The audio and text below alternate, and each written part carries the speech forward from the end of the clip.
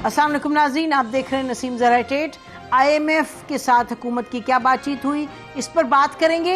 उसके बाद हम नाज़रीन ये भी देखेंगे कि आज जो इस्लामाबाद में और पाकिस्तान के तमाम शहरों में प्रोटेस्ट हुआ है चीफ इलेक्शन कमिश्नर के ख़िलाफ़, उस पर भी बातचीत होगी। और शुरू हम चाहते हैं कि करें आज लाहौर में। आपको मालूम है कि chief justice Lahore high court ने कुछ बड़ी अहम ऑब्जर्वेशंस दी, जो हमज़ा शहबाज शरीफ की हलफ बर्दारी का जो केस है वो अभी तक उस पर कोई फ़ैसला नहीं हुआ। बड़े दिन गुजर गए हैं और कुछ फ़ैसला भी सुनाया था लाहौर हाई कोर्ट ने, इंस्ट्रक्शन दिए थे टू द प्रेसिडेंट, लेकिन वो अभी तक कुछ नहीं मामला हुआ। अब फैसला आज महफूज कर लिया गया है, कल सुबह 10 बजे सुनाया जाएगा। अहम ऑब्जर्वेशंस थी नाजरीन chief justice of Lahore high court की।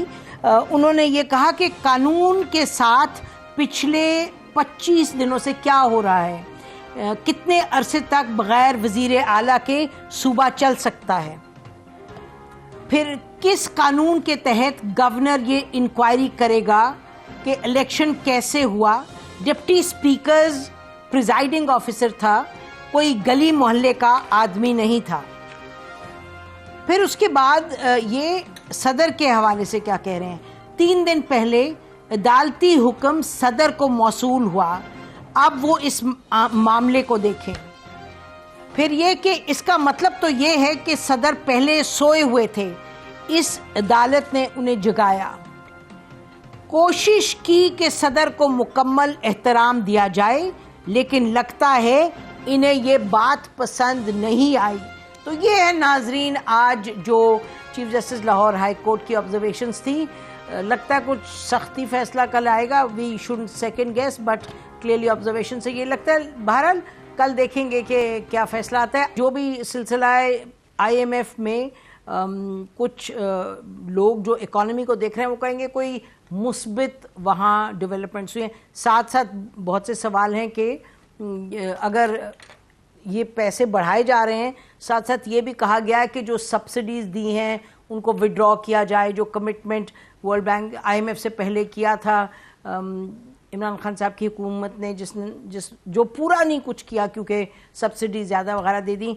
लेकिन डॉक्टर आयशा गौस पाशा साहबा ने ये भी कहा, उनकी स्टेटमेंट हम देख रहे थे, कि हम सब्सिडीज़ को विड्रॉ करेंगे लेकिन कोशिश करेंगे कि आम लोगों पर, पाकिस्तानियों पर इसका असर ना हो और मनफी असर ना हो। और एक मनफी असर का मतलब तो यही कि महंगाई वगैरह ना बढ़े। तो वी हैव नाज़रीन बड़ा एक कॉम्पिटेंट पैनल हमारे पास है। डॉक्टर अशफाक हसन साहब हैं, प्रिंसिपल नस्ट के हैं, सीएनएमिस्ट हैं, और आजकल आप इनकी बात बड़े गौर से सुनते हैं इकॉनमी पे। He had a consistent position IMF वगैरह के हवाले से। He was one of those people जो कहते थे IMF तो जाए ही ना। और फिर मुजम्मल असलम साहब हैं, ये अब इकोनॉमिक और फाइनेंस स्पोक्स पर्सन हैं अपोजिशन के, यानी कि पाकिस्तान तहरीक इंसाफ के। आपका भी बहुत शुक्रिया प्रोग्राम में आने का। नाजरीन अभी हमें ज्वाइन करेंगे हारून साहब भी, तो शुरू करते हैं हम डॉक्टर अशफाक साहब से। जी डॉक्टर साहब ज़रा फरमाइएगा कि how do you see this agreement, this progress. इतना शॉर्ट, इतना ब्रीफ सा जो प्रेस रिलीज जारी किया गया है, मेरा ख्याल में चंद लाइन है इसमें जी। उसमें कहीं ये नहीं लिखा है कि ये मैं सिर्फ प्रेस रिलीज की बात कर रहा हूँ जो IMF ने रिलीज किया है इस मीटिंग के बाद।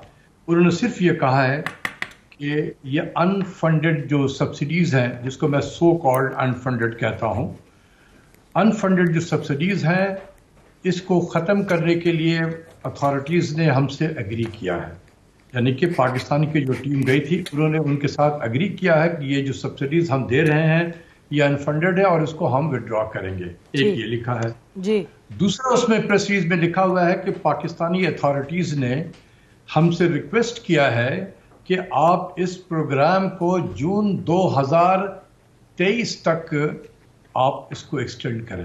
बस अब जब उनकी टीम आएगी यहाँ पर ईद के बाद मई में, तो वो इसी पैराए में आगे बात को बढ़ाएंगे, क्योंकि ये तो 7वां रिव्यू है, अभी रिव्यू मुकम्मल नहीं हुआ है। ये तो सिर्फ जाके उन्होंने पहले ये कहा कि जी ठीक है हम विड्रॉ करते सब।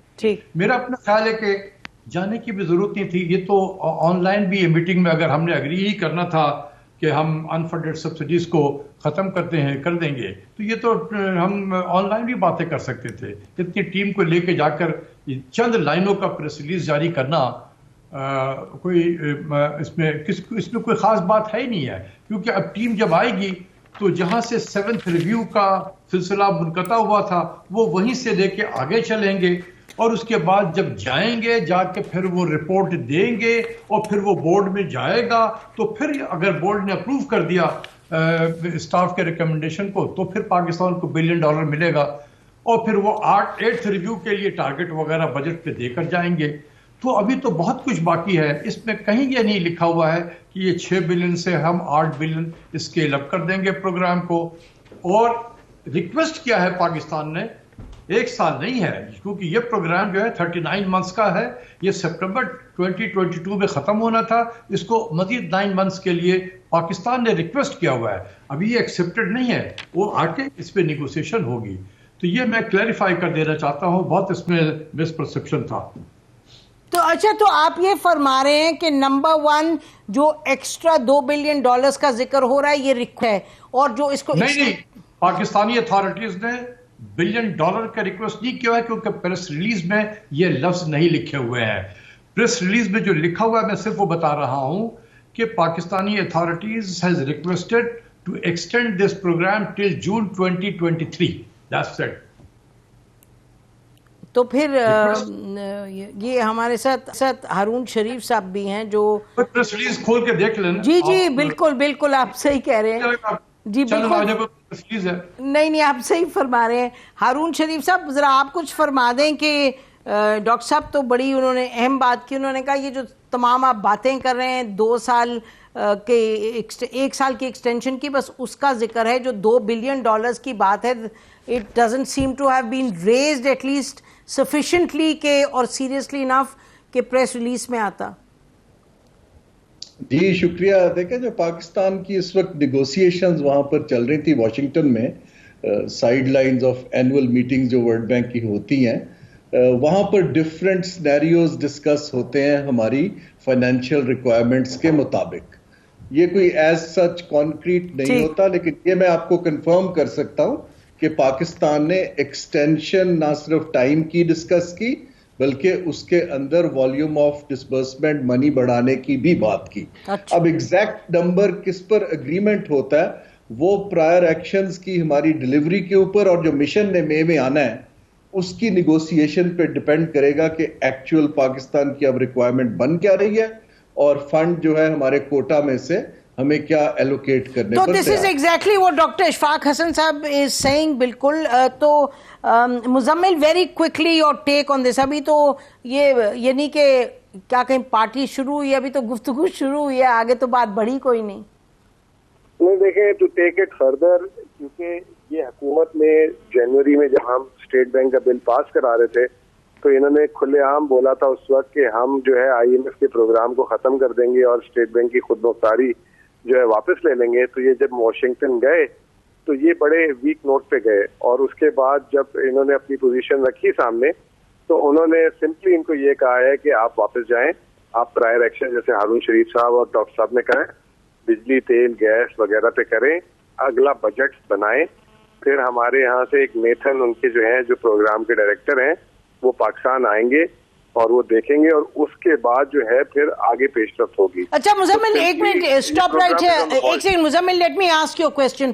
तो ये बात दुरुस्त है कि वो उनको ये कह के वापस भेज रहे हैं कि जो पिछली हुकूमत ने कुछ इकदामात किए थे वो IMF की एग्रीमेंट से बरअक्स थे, तो आप उन इकदामात को पहले खत्म करें, इज दैट करेक्ट?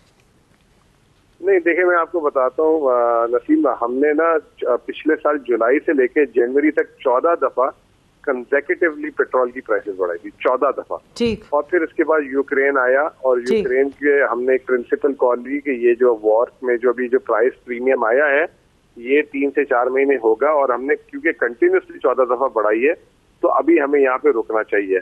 और इसके अलावा जो 7th रिव्यू के जितने भी टारगेट्स हैं जो IMF ने हमें दिए थे वो हमने मीट किए हुए थे।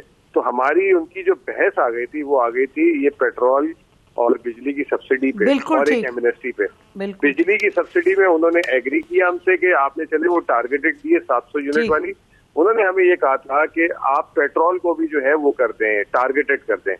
हमने उसका उनको जवाब दिया था कि पेट्रोल पे हमारे पास कोई इस तरह का टारगेटेड मैकेनिज्म नहीं है कि हम सिर्फ अभी मोटर बाइक वालों को दें, और हो सकता है कि हम इसको अप्रैल में विड्रॉ कर लें या इसको रिप्लेस कर दें। ठीक। Meanwhile vote of no confidence आ गया और 1 महीने का अच्छा ठीक है, वैक्यूम आ गया। आपने क्लैरिफाई कर दी पोजीशन। तो मामला तो बड़े पेचीदे हैं। बहरहाल नाज़रीन, ब्रेक लेते हैं, ब्रेक के बाद वापस आते हैं, फिर यही डिस्कस करेंगे IMF के साथ जो डिस्कशंस हो रही हैं।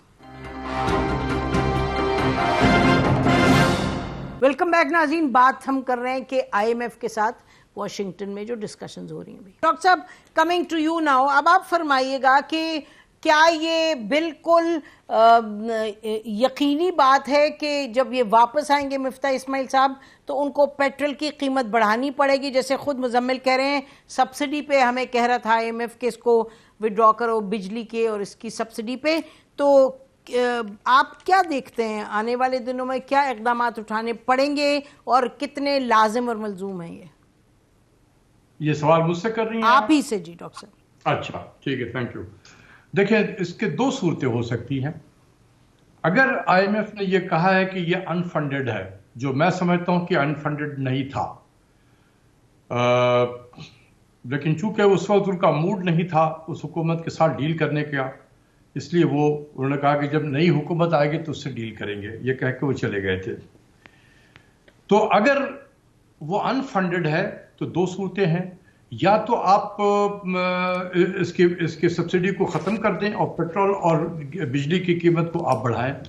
दूसरी चीज ये है कि जितने इसके कॉस्ट आ रहे हैं, अगर 200-250 बिलियन के कॉस्ट हैं, इतना आप एडिशनल रेवेन्यू निकाल के ले लें। तो अब अगर आपके पास सिर्फ 2 महीने रह गए हैं, इस 2 महीने में आपने क्या मेजर लेना है कि 200 से 250 बिलियन आप एडिशनल खर्च से 2 महीने में एडिशनल इकट्ठा कर लेंगे, which I don't think is a possibility. तो आपके पास सिर्फ एक ही पॉसिबिलिटी है कि आप उसकी प्राइसेस को बढ़ाएं। ये हो सकता है कि वन गो में शायद ना बढ़ा दें आप, क्योंकि जब ये फ्रीज किया गया था जिस महीने में, उस वक्त हमारा एक्सचेंज रेट था 176 रुपीज, 177 पर डॉलर था। आज ये 186 और 88 के दरमियान में है, तो 10 रुपए तो और भी लूज कर चुके हैं। तो इसलिए ये अब अगर हमने पास ऑन करना शुरू किया, हो सकता है कि एक फोर्टनाइट अभी खत्म होने वाला है 30, ये 1 मई से हो सकता है कि हम आधा बढ़ा दें, और मतलब ये है कि अगर हमने 20-25 रुपए बढ़ाने हैं तो 12 रुपए बढ़ा देंगे, और अगले इसमें फिर 12 रुपए और बढ़ा देंगे। तो इस तरीके से 1-2 इंस्टॉलमेंट में हमने उन तमाम सब्सिडीज को अनवाइंड कर देना है। इसी तरीके से बिजली की कीमत बढ़ाकर जो भी हमने ईयर मार्क किए हुए थे सब्सिडीज, उसको अनवाइंड कर देंगे। यही एक पॉसिबिलिटी है। रेवेन्यू के जरिए से 250 बिलियन 200 बिलियन इकट्ठा कर लेना इतनी मुद्दत में वो इम्पॉसिबल लगता है।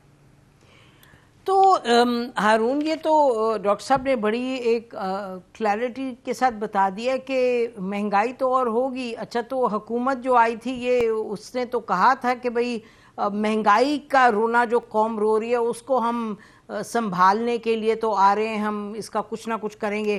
और जो समझते थे मामलात वो तो कहते थे कि ये बड़ा मुश्किल है, IMF के साथ आप बंधे हुए हैं एक अकॉर्ड में, you can not back off. तो अब how do you see the situation? जी नसीम, देखें ये जो इस वक्त गुफ्तगू हो रही है, एक ये सब्सिडीज जो हैं इसका रिवर्सल तो वहां पर बात हुई भी है। अब उसका मैकेनिज्म है कि आप उसको ट्रांचेस में करते हैं या एक गो में करते हैं, इस बजट के अंदर कर पाते हैं, वो तो अब मई के अंदर डिस्कस हो। प्रैक्टिकली जो बजट बनना है वो तो अब IMF की फुल कंसल्टेशन से बनना है, उसकी आइसोलेशन में तो बनना नहीं। तो 3-4 चीजें जो कोलिशन गवर्नमेंट के लिए अब जो चैलेंज है, जो वहां डिस्कशंस हुई हैं, उसके अंदर एक तो इनकम टैक्स रिफॉर्म की बात हुई है, जिसमें इनकम टैक्स कुछ बढ़ाने की बात हुई है, which is a very difficult decision politically किसी भी हुकूमत के लिए। स्टेट ओन्ड एंटरप्राइजेस के ऊपर भी कुछ उनको सेल ऑफ करने की गुफ्तगू हुई है। ये तो 20 साल पुरानी बात है, कोई नहीं कर पाता। हारून, ये तो 20 साल से सुन रहे हैं। लेकिन मैं आपको ये जो करंट गुफ्तगू के जो उन्होंने प्रायर एक्शन बनाने हैं उसमें बात हुई है, और उनको मैसेज ये दिया गया है कि इस हुकूमत का तो मैक्सिमम 1 साल है, तो आप कोई ऐसा काम ना बताएं जिसमें लेजिस्लेशन करना पड़े। इसके बाद अगर आप देखिए जो आईएमएफ से बात हुई है, एसबीपी की जो इकोनॉमी है उसको सस्टेन किया जाएगा, वो भी हमने उसकी बात कर ली है। लेकिन जो एक की बात इस वक्त की जा रही है, रेवेन्यू तो बढ़ नहीं सकता, लेकिन मेरी जाती राय ये है कि एक्सपेंडिचर के ऊपर, जो हमारा वेस्टफुल एक्सपेंडिचर है उसके ऊपर कुछ किया जाना चाहिए, ताकि हम जो अगर अवाम को रिलीफ दे सकते हैं तो हम वहीं से दे सकते हैं। और तो मुझे कोई गुंजाइश नजर नहीं आ रही, क्योंकि जो हमारी रूपी डॉलर वॉलेटिलिटी है अनसर्टेनिटी की वजह से, उसमें भी शॉक है। लकीली कुछ ऑयल प्राइसेस गिर गई हैं, और उसका हमें अभी टेम्परेरीली बेनिफिट कुछ मिल जाएगा। वो $100 से ब्रंट जो है नीचे आ गया है। लेकिन ये एक जो बात हमें सबको समझने की है कि जो सूरत हाल अगले 16 माह की है वो अनसर्टन है। कोई भी लेंडर, कोई भी इन्वेस्टर जो है आपसे लॉन्ग टर्म कमिटमेंट नहीं कर पाएगा, तो हम ट्रांच बाय ट्रांच चल पाएंगे, क्योंकि हमें कुछ पता नहीं है कि नेक्स्ट केयर टेकर गवर्नमेंट कब आनी है, इसके बाद की पॉलिसी थिंकिंग क्या होनी है, तो हम कोई भी लॉन्ग टर्म प्लानिंग तो नहीं कर पाएंगे। बेशक लॉन्ग टर्म प्लानिंग तो नहीं हो पाएगी, बिकॉज अगर हम हुकूमत कोलिशन के लोगों से पूछते हैं तो वो यही कहते हैं कि जी भी पता नहीं, हमें नहीं पता, अभी डिसाइड करेंगे कि हम 1.5 साल के लिए हैं या हम 1 साल के लिए हैं या हम 10 महीने के लिए। तो ये बात तो बिल्कुल दुरुस्त है। वो प्रेस रिलीज के जो मैं कह रहा था, मैं पढ़ के बता देता हूँ। 2-3 लाइनें हैं। We had very productive meetings with the finance minister of Pakistan, Miftah Ismail, over Pakistan's economic developments and policies under the Extended Fund Facilities Program. अब सुने, we agreed, नोट करते जाए, we agreed that prompt action is needed to reverse the unfunded subsidies. Prompt action is needed to reverse the unfunded subsidies which have slowed discussion on the 7th review.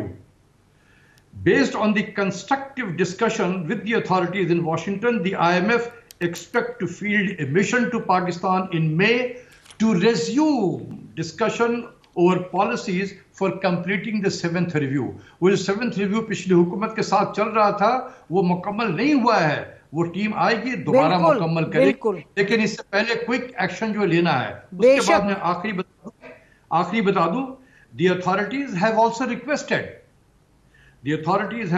requested the IMF to extend the EFF arrangement through June 2023 as a signal of their commitment to address existing challenges and achieve the program objectives. कहीं पर funding की जिक्र नहीं। जी बिल्कुल आप सही फरमा रहे हैं, और आपने ये भी क्लियर कर दिया कि वो कह रहे हैं कि प्रॉम्प्ट एक्शन लें। और मिफ्ता इस्माइल साहब ने जो प्रेस कॉन्फ्रेंस की थी वहाँ वॉशिंगटन में, उसमें उन्होंने कहा है, बड़ी क्लियरली कहा है कि सब्सिडी विड्रॉ करनी पड़ेगी और कि उसको टियर्ड विड्रॉल ऑफ सब्सिडी का जिक्र इन्होंने किया। मुजम्मिल, देखिए ये तो हमें जो हम देख रहे हैं जो ऑब्जेक्टिवली सिचुएशन को, ये तो वही है जो जब आप लोग थे। अब आप you will obviously do the political point scoring जिस तरह वो पॉलिटिकल पॉइंट स्कोरिंग करते थे। लगता तो है कि जैसे हमने जिक्र किया, हम तो बंधे हुए हैं इस अरेंजमेंट में, there is not much that can be done. IMF का वो आप कह रहे हैं स्टेट बैंक का, तो उसमें तो आपको मालूम है कि